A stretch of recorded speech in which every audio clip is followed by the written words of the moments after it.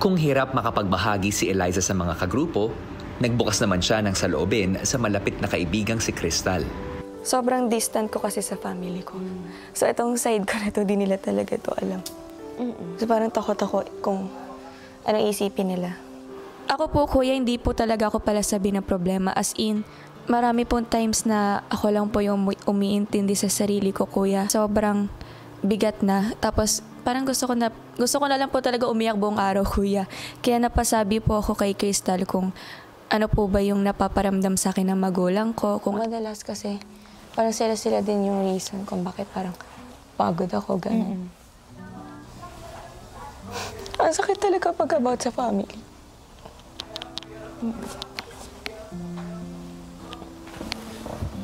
Hindi talaga para umiyak.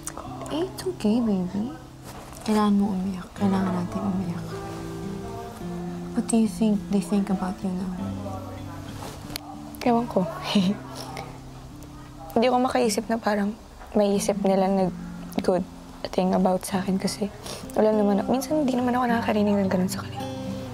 Parang madalas pa nagsasalita sila, nawawalan ako ng gana, gano'n, ng pag-asa.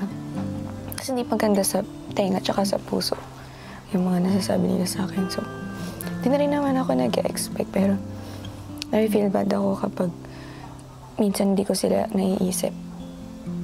Parang na-feel bad ako kapag minsan may mga times na okay ako na nandito ako, na medyo malayo muna ako sa kanila. Pero mahal ko sila. Pero sobrang, I don't know, parang kailangan ko lang din kasi makalaya kahit saglit. Kasi sobrang nakakasakal kapag halos araw-araw makakarinig ka ng di maganda, ganun. Nung time po kasi na yun, kuya, parang sobrang naiipon na po sa akin. Lahat-lahat. Actually, kuya, nung time po na yun na nagsasabi po ako ng problema sa kanila. Hindi po sa personal, sa ano lang po yun, kuya, sa chat-chat lang po. Strict po yung magulang ko, kuya, as in. Pero kasi sometimes, nafe-feel ko po na parang sobra na, parang nakakasakal na. So, sinabi ko po yun kay Papa na kaya minsan tahimik ako sa bahay kasi maraming tampo na naiipon. Sinasabi ko po sa kanila, kuya, na sana maintindihan din po nila ako. Nung nasabi ko na po yung lahat, tinanong ko po yung kapatid ko, sabi ko, ano yung sinabi ni Papa nung nabasa niya yung chat ko na yun? Nagalit daw po, kuya. Ang sabi daw po, ikaw na nga mag-reply sa anak mo kasi nag-iinarte, baka hindi ko matansya. Minsan na nga lang ako magsabi ganun pa. Kaya parang, ayun, kuya, masakit. Tapos yun, pag-uwi ko po, kuya, sobrang bigat. Ang dami ko pa rin pong naririnig. Hindi ko alam yung feeling na na-appreciate ako. Hindi ko alam yun. Kaya kapag ito ngayon na ang dami nakaka-appreciate sa akin, hindi ko naman deserve yan eh. Baby, deserve mo? I don't know. Hindi ko talaga ramdam. Deserve mo? Sobrang deserve mo lahat ng meron ko ngayon. Kasi mabuti yung puso mo. Mabuting tao ka, Eliza. Hindi mo napapansin yan. Hindi mo nararamdaman sa sarili mo. Pero ako nakikita ko. Kasi kahit nandito ka, na dapat mag-enjoy ka dito, magsasaya ka, iniisip mo pa rin sila. Doon pa lang, that says a lot about you. You're a good person, Ellie. Sobrang buti ng puso mo. You're one of the most genuine people that I know. And I hope you stay that way. And I'm always gonna be here for you. Mawala na silang lahat, pero ako, I'll always be here. Promise yan. Promise. Hindi ka man nila maintindihan, pero ako maiintindihan kita.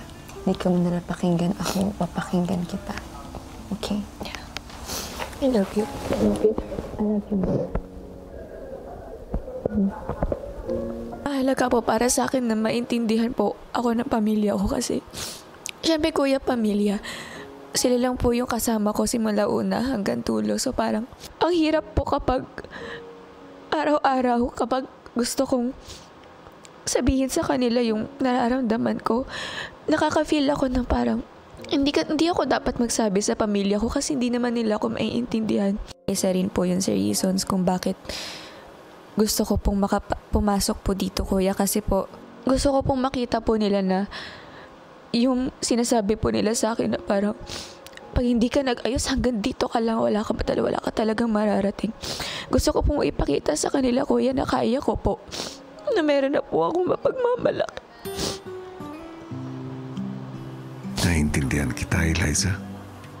At alam ko, ang pagbubukas mo ng saloobin ay isang mabigat na desisyon para sa'yo.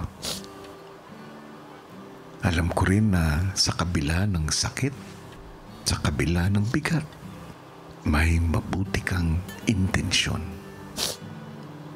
Hangad mo lang ang maintindihan kanila. Pero tulad ng kahit anumang makabuluhang bagay, ang pag-iintindi ay kadalasan isang proseso. Sa pagbubukas mo ng saloobin, ginawa mo na ang unang mga hakbang. Eliza, kung sakali na malayo pa ang iyong paglalakbay tungo sa pagkakaintindihan sa pagitan mo ng iyong mga magulang, nais kong malaman mo na habang nandito ka sa bahay ko, ay lagi kitang iintindihin. Pwede mo akong maging takbuhan. Ipakita mo sa iyong mga magulang kung sino ka talaga, kung ano ang kaya mong gawin. Pero huwag mong ipakita sa kanila ng may puot o galit sa iyong puso. Ipakita mo na may pag-iintindi rin. At higit sa lahat, may pagmamahal. Opo, kuya, salamat po.